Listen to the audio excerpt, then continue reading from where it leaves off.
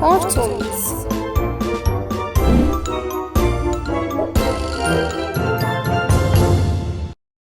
ሰላም ውድ የካርቶሚክስ ቤተሰቦች እንኳን ወደ አዲሱ ቻናላችን በሰላም መጣችሁ። ዛሬም እናንተን ያዝናናልና ያስተምራል ብዬ ያሰብኩትን ቆንጆ አኒሜሽን ፊልም ይዤላችሁ መጥቻለሁ። ፊልሙም ራይዝ ኦፍ ዘ ጋርዲያን ሲሆን በድሪም አኒሜሽን ተዘጋጅቶ በፓራማውንት ፒክቸር የቀረበ አድቬንቸር ኮሜዲ አኒሜሽን ፊልም ነው። ፊልሙም የሚያሳየን በዓለም ላይ ያሉት የልጆች ደስታና ተስፋ እንዲጠብቁ በጨረቃ ሰው የተሾሙት ሮዝ፣ ሳንዲ፣ ቱዝቪር እና ጃክ ፍሮስት ልጆቹን ከፒች ጨለማና ፍርሃት ለመጠበቅ ከፒች እና ከሰራዊቶቹ ጋር ሲዋጉ ያሳየናል። የፊልሙን ፍሬ ነገር የእምነት ጥንካሬና ሊታይ የማይችለውን ነገር በእምነት ማየት እንደሚቻል ሲያሳየን፣ እንዲሁም ፍርሃትና ጨለማን በመጋፈጥ ማሸነፍ እንደሚቻል ያስተምረናል። እስከ መጨረሻው አብራችሁ እንድትሆኑ እንጋብዛለን። ለቻናላችን አዲስ የሆናችሁ ሰብስክራይብ በማድረግ ቤተሰብ ይሁኑ። ከተመቻችሁ ደግሞ ላይክ፣ አስተያየት ካላችሁ ኮሜንት ላይ ጻፉልን።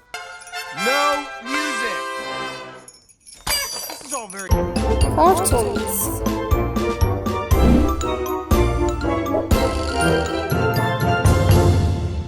ጃክ ፍሮስት ራሱን በቀዝቃዛ ውሃ ውስጥ ካገኘው በኋላ በረዶ የመስራት ችሎታ እንዳለው ተረዳ።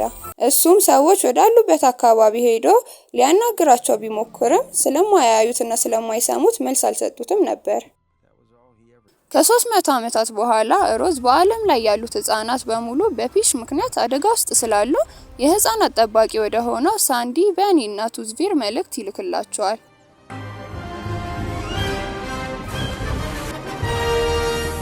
እነሱም ተሰባስበው ባሉበት ጊዜ የጨረቃ ሰው አዲስ ጠባቂ እንደመረጠና እሱም ጃክ ፍሮስት እንደሆነ ይገልጽላቸዋል።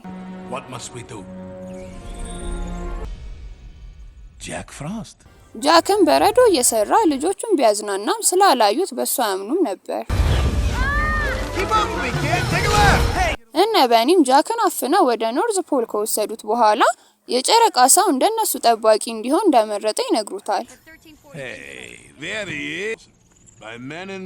ኖርዝም ለብቻው ወደ ክፍሉ ወስዶት በውስጡ ልዩ ነገር ምን እንዳለና የጨረቃ ሰው የሚመርጠው በውስጡ ልዩ ነገር ያለው እንደሆነ ቢገልጽለትም ጃክ ምንም እንደማያውቅ ይነግረዋል። በኒም የጥርስ ቤተ መንግስት መጠቃቱን ነግሯቸው አንድ ላይ ወደ ጥርስ ቤተ መንግስት ይሄዳሉ።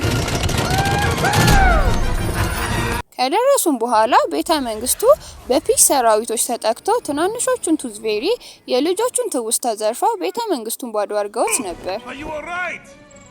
ፒችም ከዚህ በኋላ እንደ ጠባቂዎቹ በህፃናቱ ዘንድ መኖሩ እንደሚታመንና እነሱንም ህፃናት የሉም ብለው እንዲያምኑ ወይም እንዲረሱ በማድረግ ብቻውን ጨለማና ፍርሃት በዓለም ላይ አድርጎ እንደሚኖር ይነግራቸዋል። ቱዝቬሪም ቬሪዎቿ ስለተወሰዱባት ጃክ አጽናንቷት ጥርሶቹን ለምን መውሰድ እንደፈለገ ሲጠይቃት ጥርስ ብቻ ሳይሆን የልጆቹን ትውስታ እንደሆነ ነግራው የሁሉም ህፃናት ትውስታ የሱን ጨምሮ እንዳላቸው ትነግረዋለች። እሱም ምንም እንደማያስታውስና ትውስታውንም ካገኘ ማንነቱን እንደሚያውቅ ነግሯት እንድታሳየው ይጠይቃታል።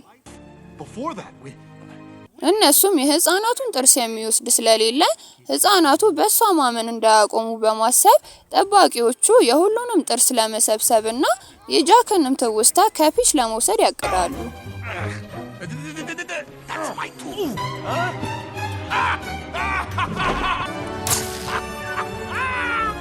እነሱም በዓለም ላይ ያሉትን የሁሉንም ህፃናት ጥርስ ከሰበሰቡ በኋላ ፒች የሁሉንም ህፃናት እምነት በልዑሉ ላይ አይቶ እንዳሰበው ባለመሆኑ ይናደዳል። እሱም ሁሉንም ጥርሶች እንደሰበሰቡ ተረድቶ ሳንዲን ለማጥፋት ይወስናል።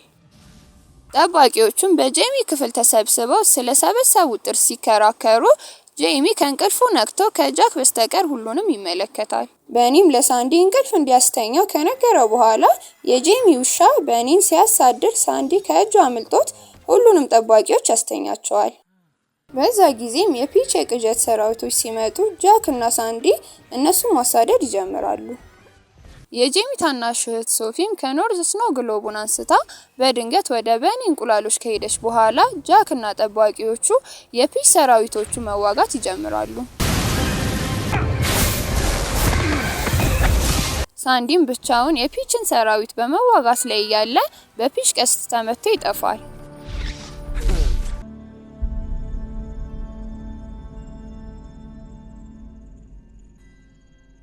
ጃክም ለሳንዲ ባለመድረሱ ሲያዝን ኖርዝ እነሱን እንዳዳነና ሳንዲም እንደሚኮራበት ነግሮት ያጽናናዋል። በኒም ከአንድ ቀን በኋላ የፋሲካ በዓል ስለሆነ እንቁላሎቹን ቀብተው ለልጆቹ በመስጠት እምነታቸውን ማጠንከር እንደሚቻል ለቡድኑ ይገልጻል። እነሱም ተስማምተው ወደ በኒ እንቁላል ማምረቻ ሲሄዱ የጄሚን እህት ሶፊ ከእንቁላሎቹ ጋር ያገኟታል። እነሱም በስኖ ግሎቡ እንደመጣች ከተረዱ በኋላ አንድ ላይ እንቁላሎቹን ያመርታሉ።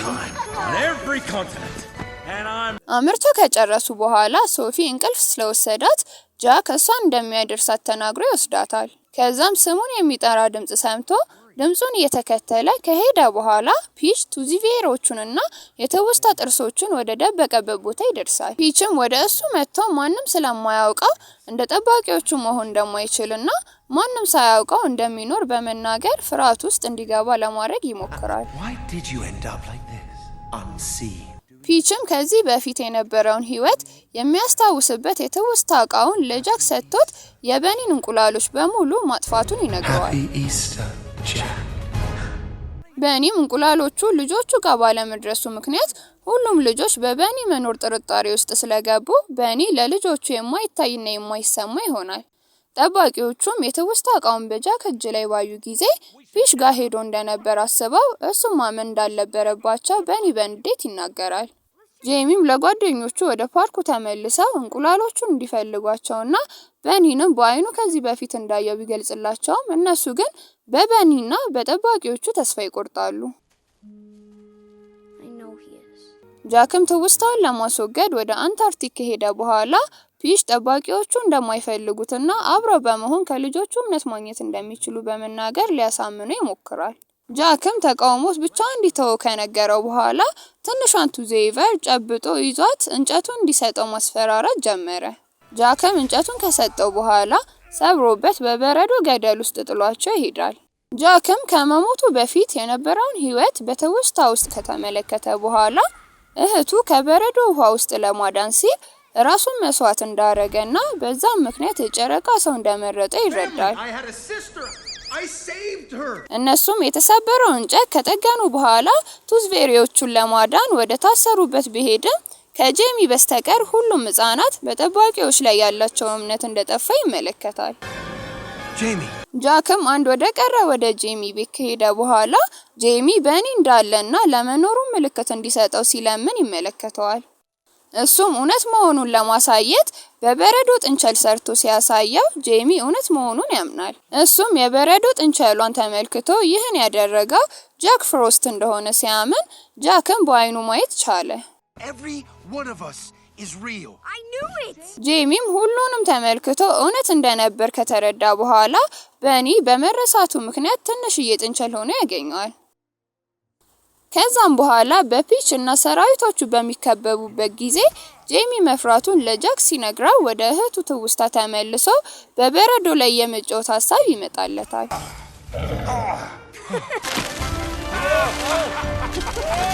እነሱም በበረዶ ላይ የተጫወቱ የጄሚን ጓደኞች ከሰበሰቡ በኋላ በፒች ሰራዊቶች በመከበባቸው ምክንያት ልጆቹ እንዲፈሩ ለማድረግ ቢሞክርም እነሱ ግን በልበ ሙሉነት እሱን ለመጋፈጥ ይቆማሉ።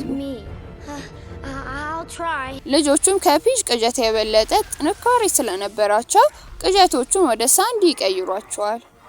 ጠባቂዎቹም ፒችን ከተዋጉት በኋላ ፒች ጃክን ሊመታው ሲል በሳንዲ ተይዞ ይወረወራል። ሳንዲም ወደ ህይወት ከተመለሰ በኋላ በዓለም ሁሉ ላሉት ህፃናት ደስታንና ተስፋን ሰጥቷቸው በእነሱ እንዲያምኑ ያደርጋል። ፒችም እንደገና ልጆቹ ላይ ፍርሃት ለማምጣት ሲሞክር ፍርሃታቸው ጠፍቶ ስለነበር የማይታይ ይሆናል።